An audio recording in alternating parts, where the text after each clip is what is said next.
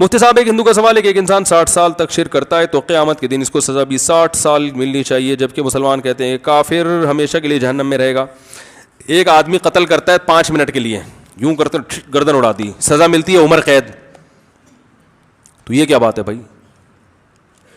کچھ عقل میں آتی ہے بات؟ ساری زندگی جیل میں ڈال دیتے ہیں اس کو.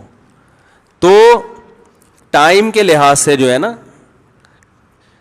ٹائم ایک الگ جنس ہے، سزا کی نوعیت ایک. دیکھیں دو ایک جیسی جنس کی چیزیں ہوں گی نا تو ان میں مساوات ہوتی ہے. جیسے ایک تھپڑ کی سزا ایک تھپڑ، ایک کی تھپڑ کی سزا 2 تھپڑ ہوگا تو وہ کیا ہو جائے گا؟ غلط ہو جائے گا. لیکن ایک تھپڑ کی سزا 1 مہینے کی جیل بھی ہو سکتی ہے، 2 مہینے کی جیل بھی ہو سکتی ہے. دوسری بات یہ کہ تھپڑ کس کو لگا رہے ہو؟ ایک تھپڑ آپ نے ایک بیچارے بنگی کو مار دیا، ایک تھپڑ آپ نے کسی فوج کے آفیسر کو یا وزیر اعظم کو جا کے مار دیا. تھپڑ ایک ہی ہے. بھنگی کے ایک تھپڑ کی سزا 1 مہینے ہوگی، اور کسی بڑے آدمی کو تھپڑ لگا دو تو 1 مہینے سزا ملے گی. ہے بھائی؟ وہ تو بغاوت کا کیس ہو جائے گا آپ کے اوپر. تو بندوں کے لحاظ سے گناہ کی نوعیت میں فرق ہے. تو اسی طرح یاد رکھو، ایک عورت ہے اپنے شوہر سے کہتی ہے، ایک عورت ہے اپنے شوہر سے کہتی ہے کہ مجھے آپ بہت اچھے لگتے ہیں لیکن وہ آپ سے بھی زیادہ اچھے ہیں. شوہر تب جائے گا نا غصے میں. کیا خیال ہے بھائی؟ وہ سب تھپڑ ہی لگائے گا. عین ممکن ہے، یعنی غلط معنوں میں وہ کہہ رہی ہے، ممکن ہے ڈیورس ہو جائے، چھوڑ دے اس کو، زندگی سے نکال دے، دور کر دے، اپنے رشتہ ہی ختم کر دے. تو اسی طرح یاد رکھو، جب کوئی شرک کرتا ہے نا، جو خدا جس نے بنایا ہے، ایک تو وہ نافرمانی کر رہا ہے اس کائنات کو بنانے والے کی، تو یہ نافرمانی چھوٹی بھی بہت بڑی ہے. دوسری کر بھی کیا رہا ہے؟ وہ کہہ رہا ہے اس جیسا دوسرا خدا بھی ہے، اور کس کو شریک کر رہا ہے اس کے ساتھ؟ اس خاتون نے تو یہ کہہ دیا تھا کہ آپ بھی بہت اچھے ہیں، اور وہ بھی، وہ جو ہے نا وسیم بھائی جو فلاں جگہ رہتے ہیں، یا سلیم بھائی، وہ بھی بہت اچھے ہیں. تو وہ کہے گا یار غیرت کے خلاف ہے نا. لیکن وہ کہہ رہی ہے وہ بھنگی آپ سے بھی زیادہ اچھا ہے، کہ وہ بھنگی بھی آپ جیسا ہے. میں چاہتی ہوں اس بھنگی کے ساتھ کچھ ٹائم گزاروں. اور زیادہ غصہ آئے گا نا کہ مجھے ملا کس سے رہی ہے؟ ایک چمار کے ساتھ. تو اسی طرح یاد رکھو، مخلوق جو بنی ہوئی ہے، یہ بت اپنے ہاتھوں سے بنا کر ان کو ملاتے کس کے ساتھ ہو؟ اس کائنات کو بنانے والے کے ساتھ. یہ جرم اتنی شدید نوعیت کا ہے کہ اس کی سزا 1-2 سال نہیں ہے. تو جیسا جرم ہے سزا بھی اسی حساب سے اللہ نے رکھی ہے شرک کی. تو یہ آپ اس کو ہلکا سمجھ رہے ہیں اس لیے کہ آپ کرتے ہیں جرم. اللہ جو سزا دے گا اس کی نظر میں یہ جرم ہلکا نہیں ہے. چلو بھائی، عورت 7 مارچ کے حوالے سے آپ کیا کہنا چاہیں گے؟ وہ میں بہت دفعہ بہت کچھ کہہ چکا ہوں. یہ جمعے کا ہے تو 7 مارچ تو گزر گئی نا، تو بہت اس پہ کہا جا چکا ہے. یہ ہمیں بس فضول بات نہیں. مردوں کے حقوق کی بھی کچھ کبھی بات کر لیا کرو بھائی. بہت سی عورتوں نے مردوں کو یرغمال بنایا ہوا ہے. جہاں عورتوں پہ ظلم ہوتا ہے آدمیوں پہ بھی بہت ظلم ہوتا ہے. لطیفے بنے ہوئے سارے آدمیوں پہ بنے ہوئے ہیں. وہ ایک خاتون گئی نا نفسیاتی ڈاکٹر کے پاس اپنے شوہر کو لے کے، کہ ٹینشن میں رہتے ہیں ہر وقت. شوہر نے نیند کی گولیاں، ڈاکٹر نے نیند کی گولیاں دے دیں. خاتون کہتی ہے ان کو کس وقت کھلاؤں؟ اس نے کہا یہ آپ کھایا کریں، جتنا کھائیں گی جلدی ریکور ہو جائیں گے. تو ڈاکٹر کو اندازہ ہو گیا کہ ان کی وجہ سے یہ ٹینشن میں. تو ایسے بھی کیس ہیں. لیکن ہر طرف دونوں پہ ظلم ہوتا ہے، کبھی عورتوں پہ ہوتا ہے کبھی آدمیوں پہ ہوتا ہے. دیندار آدمی ظلم نہیں کرتے. اگر وہ ظلم کر بھی رہے ہیں نا تو میں نے دیکھا ہے کہ وہ بے دین لوگ کر رہے ہوتے ہیں. سمجھ رہے ہیں؟ دیندار آدمی تو اللہ سے ڈرتا ہے بھائی، وہ کیوں ظلم کرے گا؟ بے دین لوگ زیادہ کر رہے ہوتے ہیں ظلم. اور واقعات بھی ہمارے سامنے. ایک کینیڈا سے ایک صاحب کا فون آیا کہ یہاں جو پاکستانی رہتے ہیں، سب نہیں بھائی، وہ کینیڈا کی کونسل میں ہے، یونین کونسل میں، جن کا کام ہے میاں بیوی میں جوڑ ووڑ پیدا کرنا، اس کونسل میں ہوتے ہیں. انہوں نے بتایا کہ ایسے کیس آتے ہیں کہ مرد اتنا مارتے ہیں عورتوں کو جانوروں کی طرح. حالانکہ وہاں تو لا ہے، فوراً جیل ہو جاتی ہے. کہہ رہے ایک آدمی نے بیوی کو مارا، اور کہتے ہیں زیادہ تر مارنے کے کیس شراب کی وجہ سے ہوتے ہیں. میاں صاحب ڈرنک کرتے ہیں، شراب پیتے ہیں، پھر دماغ ان کا ہو جاتا ہے ٹن، اور پھر طبیعت سے بیویوں کو کیا کرتے ہیں؟ کوٹتے ہیں. شراب میں پتہ نہیں چلتا کہ اندر ہو جاؤں گا. جب تھانے سے ہو کر آتے ہیں پھر اور مارتے ہیں. سمجھ رہے ہیں کہ مجھے تھانے کیوں بھجوایا؟ پھر وہ غیرت کا مسئلہ بناتے ہیں. تو میں نے کہا پھر بیوی دوبارہ تھانے بھجوا دے. کہہ رہے وہ پھر طلاق کی دھمکی دیتے ہیں. میں نے کہا لے طلاق. کہہ رہے پھر طلاق کے بعد بچوں کے بڑے مسائل کھڑے ہوتے ہیں، والدین نے دروازے بند کیے ہوئے ہوتے ہیں. تو اب ان لوگوں کو کون سمجھائے بھائی؟ تو ایسی خواتین سے ہی ہم کہتے ہیں آپ شادی سے پہلے دیکھ تو لیتی کہ دیندار ہے کہ نہیں ہے. یہاں خواتین کہتی ہیں رشتے نہیں ہیں آج کل. بھائی کسی دیندار کی تیسری دوسری چوتھی بیوی بن جانا کسی بے دین کی اکلوتی بیوی بننے سے بہتر ہے. بات گھوم کے یہی آئے گی دوبارہ. تو کیا کریں, آ رہی ہے بات. چلو دیندار نہیں تو کم از کم ایک سمجھدار تو ہو نا. اور دیندار کا مطلب صرف ٹوپی داڑھی پگڑی نہیں ہے, یہ بہت بڑی بھول ہے. وہ کہتی ہے ٹوپی والا تھا, تو ٹوپی والے بہت سے ٹوپیاں کرانے والے ہوتے ہیں, وہ ایک ٹوپی انہوں نے اپنے سر پہ بھی رکھی ہوئی ہوتی ہے. دیندار کا مطلب واقعی دیندار ہو. صرف دیندار کا مطلب نماز داڑھی دیکھ لی تو یہ اتنا کافی نہیں ہے, خاندان دیکھا جائے گا اس کا. تو اگر کوئی اچھے خاندان کا آدمی ہے, سمجھ رہے ہو, دیکھو اس کو ٹیسٹ کرو, چیک کرو, اس کے گھریلو حالات جا کے معلوم کرو, پتہ چلے کہ بھائی سمجھدار آدمی ہے. تو ایسے سمجھدار آدمی کی دوسری تیسری یا چوتھی بن جانا ایک مکھنچو کی پہلی بیوی بننے سے بہتر ہے. میں نے جو کتاب لکھی نا 4 شادیوں والی, اس میں جرمنی کی خاتون کا حوالہ دیا ہے. جرمنی میں اس پہ پہلے 100-150 سال پہلے بڑی مہم چلائی تھی خواتین نے.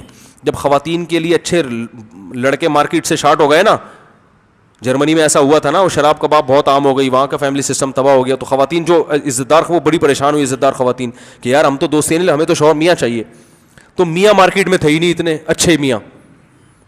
بھائی اچھے میاں جو شراب سے بچتے ہوں اور یہ سب ڈرگس وغیرہ سے بچتے ہیں, وہ مارکیٹ میں آج بھی جرمنی میں شراب سے بچنے والے تو بہت تھوڑے ہوں گے نا. تو ان خاتون نے جلوس نکالا, جیسے ہمارے یہاں یہ آزادی مارچ ہو رہا ہے, اس میں انہوں نے یہ نعرے لگائے کہ ایک ذمہ دار آدمی کی میں 10ویں بیوی بننا قبول کر لوں گی, اور ایک نااہل کی اکلوتی بننے کے لیے تیار نہیں ہوں, لہذا مردوں کو زیادہ شادیوں کی اجازت دیجیے. یہ جرمنی میں ریلیاں نکلی ہیں. تو اگر یہ خواتین دھرنا دیتی کہ آج کل لڑکیوں کے لیے اچھے مرد مارکیٹ میں شارٹ چل رہے ہیں, تو حکومت اجازت دے کہ اگر ہمیں کوئی بندہ اچھا لگے, ٹیسٹ ہم خود کریں گے کہ یہ اچھا ہے کہ نہیں ہے, اچھا لگے اور پہلے سے میرڈ ہو, تو وہ مرد ہم سے بھی شادی کر کے حقوق ادا کرے. اس کے لیے پہلی بیوی سے اجازت لینا ضروری نہ ہو, تاکہ ایک اچھے آدمی پر ایک عورت قبضہ نہ کر سکے. تو یہ بات ہوتی ہے, ہم کہتے ہیں خواتین کے حقوق کی. واقعی اس میں عورت کو آسانی ہوتی. بھائی تم چاہو تو کسی, تمہیں تھوڑی کو زبردستی مجبور کر رہا ہے کہ دوسری بیوی بنو. تمہیں کوئی پہلی میں اچھا مل رہا ہے تو بہت اچھی بات ہے. ایک خاتون نے کہا میں نے بڑی اللہ سے دعائیں مانگی, یا اللہ مجھے کوئی دیندار آدمی دے دے. دیندار آدمی دے رہے, اور مجھے یہ وہ ساری کوالٹی ایک رشتہ آیا اس میں پائی جاتی تھی, مگر وہ دوسری کر رہا تھا. تو میں نے کہا کہ وہ خاتون کہنے لگی اللہ میاں نے یہ دعا تو میری قبول کی ہے, لیکن یہ عجیب سی قسم کی قبول ہو گئی ہے. تو میں نے کہا وہ بھائی دیکھو, میں نے کہا اللہ میاں نے فرشتوں کے ذمہ لگایا ہوگا یار بھائی اس کو کوئی اچھا سا بندہ تلاش کر کے دو.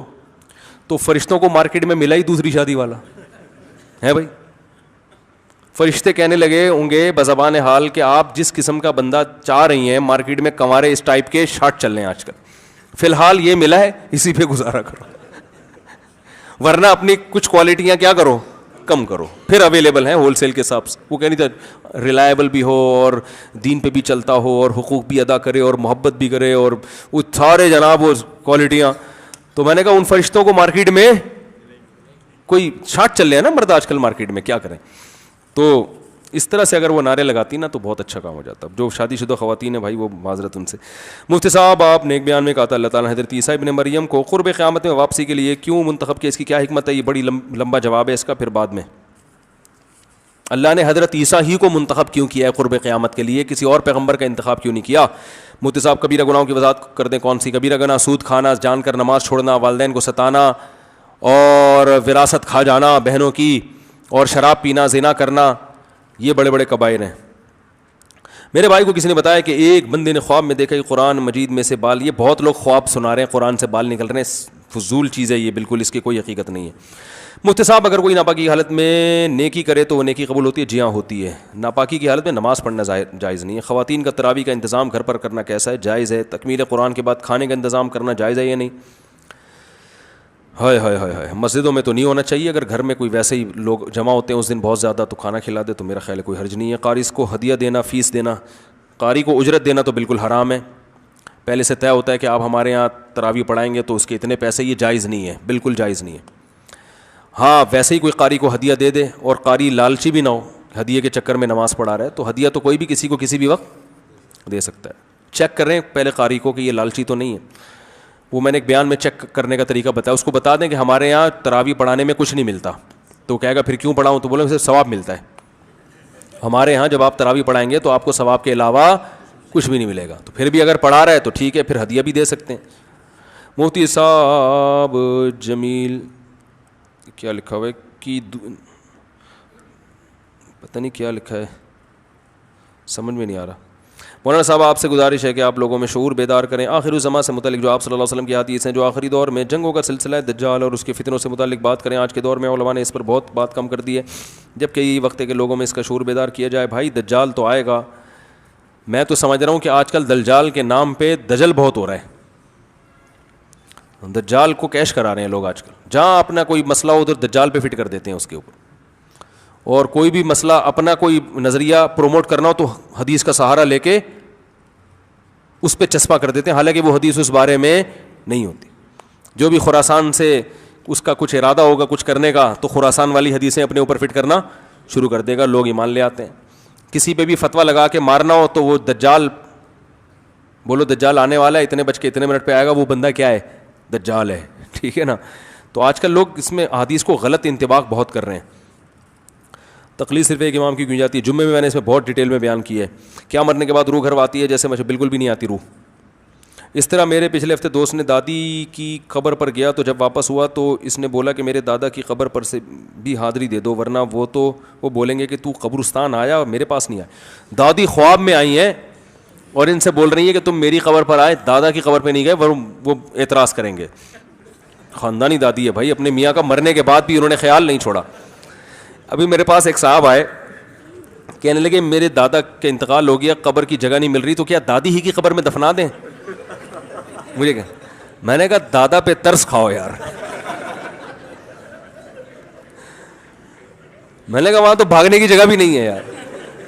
میں نے کہا تھوڑا سائڈ میں دفنا دو ادھر کنارے پہ, بالکل اسی قبر میں دادا بولیں گے یار یہ کیا مذاق ہے یار. تو سمجھ رہے ہیں, خواب ہے چلے جائیں, دادا کی اچھی بات ہے, دادی کی قبر پہ گئے تو دادا کی قبر پہ بھی جائیں نا. واقعی سچا خواب بھی ہو سکتا ہے, خواب میں امکان تو ہوتا ہے کہ دادی بہت ہی واقعی نیک تھیں, ان کو خیال ہوا کہ یار ایسا کرو گے تو کون آئے گا بھائی, جاؤ دادا کی قبر. اب ٹرائی مارو, ایک دن دادا کی قبر پہ جاؤ, پھر اگلے دن دادی پہ نہ جانا, پھر دیکھو دادا بھی آ رہے ہیں کہ نہیں آ رہے. اس سے پتہ چل جائے گا دادا کتنے خاندانی تھے. کیا خیال,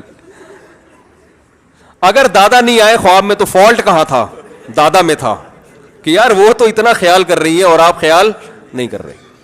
تو دادی نے تو اپنا غیرت مند ہونا ثابت کر دیا. اب دادا کے امتحان کے لیے آپ ایک ٹرائی اور کرو. میرا ضمیر یہ کہہ رہا ہے کہ دادا نہیں آئیں گے.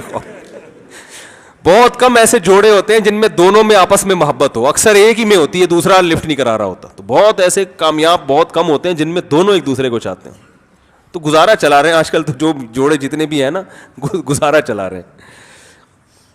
بندروں کی تجارت جائز ہے یا نہیں یہ بھی بتا دیں. کہ بندر کی تجارت اگر کوئی قوم بندر کھاتی ہے تو کھانے کے لیے بیچنا جائز نہیں ہے, ویسے بندر کی تجارت پالنے کے لیے جائز ہے. سانپ وغیرہ کا بھی یہی حکم ہے, گدھ سانپ سب کا. صرف سور نہیں بیچ سکتے, باقی ہر جانور بیچ سکتے ہیں, بشرطے کہ جس کو بیچنے وہ اس کو غلط کھانے کے لیے نہ لے جاؤ. کتے جیسے کھانے کے لیے کوئی لے کے جا رہا ہے. قرآن حدیث سے ثابت کرنے کے مخلوط ماحول میں جانا گناہ ہے. بھائی برائی, ہر وہ چیز جو برائی کو پروموٹ کرتی ہے وہ گناہ ہے.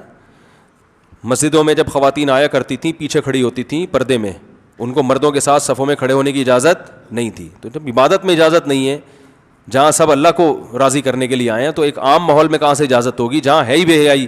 شادیوں میں آپ دیکھو نا کیسے خواتین کے لباس ہوتے ہیں بےہودہ, اس میں آپ نے مخلوط کر دیا. علماء کہتے ہیں کسی ایک فقہ پر چلنا چاہیے. سوال یہ اگر کچھ اپنی آسانی کے لیے کسی مسئلے میں دوسرا فقہ پر عمل کرتا ہے تو اصل تو اسلام ہی کو فالو کر رہا ہے, نہ کہ آسانی کے لیے. وہ اسلام کو فالو کر رہا ہے تو اس مسئلے کو کیوں چھوڑ رہا ہے, یہ بھی تو اسلام ہی ہے نا. اس کا مطلب یہ اسلام کو نہیں اپنی خواہشات کو فالو کر رہا ہے. اس پر امت کا اجماع ہے کہ یہ صرف خواہشات کے لیے مسلک بدلنا جائز نہیں ہے. ایک شخص اپنی بیوی کسی بات پر ناراض, ایک شخص کی بیوی کسی بات پر ناراض ہوئی اور گھر سے باہر نکل کر تنہائی میں اس نے زبان سے کہا یار ختم کرتے ہیں بس تعلق, یعنی تعلق ختم کرنے کی نیت سے کہا, مگر اس کا مطلب مستقبل میں تعلق ختم کرنے کا تھا. کیا اس طرح کہنے سے طلاق ہو جاتی ہے؟ بھائی اس بیوی تو طلاق دے بھی دے تو نہیں ہوتی. تو مرد اگر کہے گا کہ تعلق ختم کر دیا تو نیت طلاق کی ہوگی تو طلاق ہوگی, طلاق کی نیت نہیں ہے تو کچھ بھی نہیں ہوگا. یہ تو صبح شام لوگ کہتے رہتے ہیں اپنی بیویوں کو کہ تعلق ختم کر دیا میں نے بس, تو وہ پھر دوبارہ جوڑ لیتے ہیں تعلق. تو بھائی نہیں رہ سکتے نا, پھڈے کب تک کریں گے؟ تو پھر دوبارہ تو طلاق کی نیت سے الفاظ کہیں گے تو طلاق ہوگی, ورنہ نہیں ہوگی. کیا موبائل کے کیمرے میں بھی تصویر کھینچنے سے عذاب قبر؟ نہیں بھائی, تصویر جو حرام ہے, ڈیجیٹل تو تصویر ہے ہی نہیں ہے, نبی کے دور میں تھی نہیں, اور اس پر وہ تصویر کے احکام جاری نہیں ہوتے. اس پہ بہت دلائل سے بیان کر چکا ہوں میں. کیا یوٹیوب کی معلوماتی ویڈیو پر بیک گراؤنڈ میں میوزک لگانا جائز ہے, اور کیا اس سے یوٹیوب کی آمدنی پہ اثر پڑے گا؟ آمدنی پہ تو جائز ہوگی, کیونکہ آمدنی اس میوزک کی نہیں مل رہی ہے آپ کو, آمدنی تو یا تو ایڈورٹائز کی مل رہی ہے, اسی کی مل رہی ہوتی ہے میرا خیال ہے, اور تو کسی چیز. اور ایڈورٹائز اگر بذات خود کسی جائز چیز کا ہے تو اس کی ارننگ بھی جائز ہے. لیکن پھر بھی ہم کہتے ہیں یوٹیوب پہ جو ایڈورٹائز سے پیسے آتے ہیں اس میں 10% صدقہ کر دیا کریں, کہ اس میں کچھ بے حیائی کا عنصر بھی بسا اوقات شامل ہو جاتا. تو احتیاط اسی میں ہے کہ 10% صدقہ کر دیں. باقی جو بیک گراؤنڈ کا میوزک ہوتا ہے وہ والا میوزک نہیں ہوتا جس سے انسان کے منفی جذبات بھڑکتے ہوں اور ناچنے گانے کا دل چاہتا ہو. تو اس میوزک کو ناپسندیدہ کہہ سکتے ہیں, لیکن اس طرح کا حرام نہیں کہہ سکتے جیسے گانے بجانے کا میوزک ہوتا ہے. میں BC لگا کر پیسے جمع کیا تھا, لاکھ سے اوپر پیسے ہیں, مگر وہ پیسے بیٹے مکان بنانے کے جمع, تو اس پر زکوٰۃ ہوگی؟ زکوٰۃ کیش رقم چاہے مکان بنانے کے لیے رکھی ہو, اس پہ زکوٰۃ بہرحال فرض ہوتی ہے. لڑکوں کے لیے نائٹ کریم کا استعمال کرنا کیسا ہے؟ یہ کیا کریم ہے یار؟ لڑکے کریم استعمال ہی نہ کریں بھائی, نہ ڈے نہ نائٹ, حقیقت ہے, نہ ڈے کی کریم نہ نائٹ. آپ کریم استعمال کریں اگر سردیوں سے منہ پھٹ گیا ہے آپ کا, اس کے لیے تو کریم استعمال. مردوں پہ یہ چیزیں اچھی نہیں لگتی. مرد آدمی تو مرد میں مردانہ وجاہت ہونی چاہیے, آواز میں گرج ہو, سمجھ رہے ہیں, چال میں اس کی مضبوطی ہو. دیکھو موسیٰ علیہ السلام جب گئے نا, وہ جو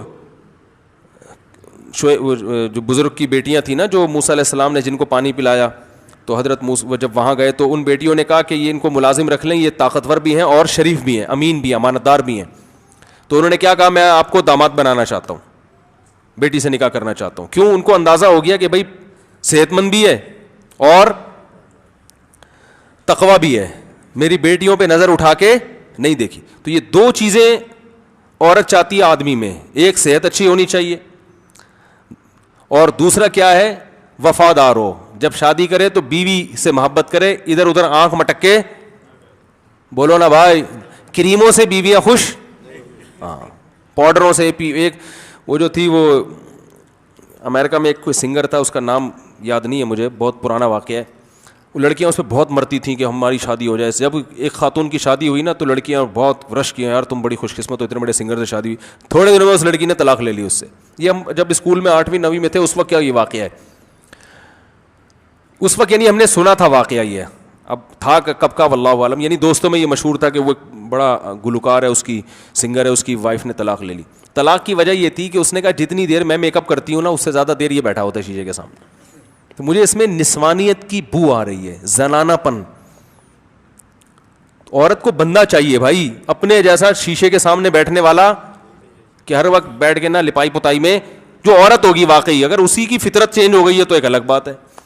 تو عورت کو اس طرح کے آدمی اچھے نہیں لگتے کہ جو میک اپ میں لگے رہے ہیں, ٹھیک ہے نا, بس جاؤ نہاؤ, جب اچھے کہیں شادی میں جانا ہو, بلکہ میں کہوں دولہا بھی بننا ہو, جاؤ ڈیٹول سے نہا لو اس دن, ویسے عام صابن سے نہاتے تھے, اس دن ڈیٹول سے نہا لو بھائی, زیادہ جراثیم مر جائیں گے بالکل ہی. ہاں شیمپو سر میں لگا لو, بس کافی ہے, نہا دھو کے بس چمک گیا, کافی ہے. کوئی کریم, کوئی یہ چیزیں آدمیوں پہ suit, make up wake up اچھا نہیں لگتا. جائز ناجائز کی بات نہیں کر رہا میں, مردوں کے کام یہ ہے نہیں, اور اس سے نسوانیت پیدا ہوتی ہے آپ کے اندر, آپ کا سکون خراب ہوتا ہے. اور اگر ایسا میک اپ کر رہے ہو جو بالکل ہی عورت پن جھلک رہا ہے, تو پھر تو لعنت ہے. حدیث میں آتا ہے, رسول اللہ صلی اللہ علیہ وسلم نے فرمایا, لعن اللہ المخنثۃ من الرجال, ان مردوں پہ اللہ کی لعنت جو ہجڑے قسم کے ہوتے ہیں, جو عورت بننے کی کوشش کرتے ہیں. تو اس لیے مرد کو ایسا فیشن جو بالکل عورت جیسا نظر آنے لگے, یہ اچھا کام نہیں ہے. تو مرد آدمی ہی اچھا لگتا ہے. سمجھتے ہیں کہ نہیں سمجھتے؟ نہیں تو اپنی بیگم سے جا کے پوچھ لیں, وہ بتائے گی ہاں بھائی مجھے. آپ کسی دن شیشے کے سامنے بیٹھے نا, زیادہ کریمی لپائی پتائی کریں, بیگم خود تانے دے گی آپ.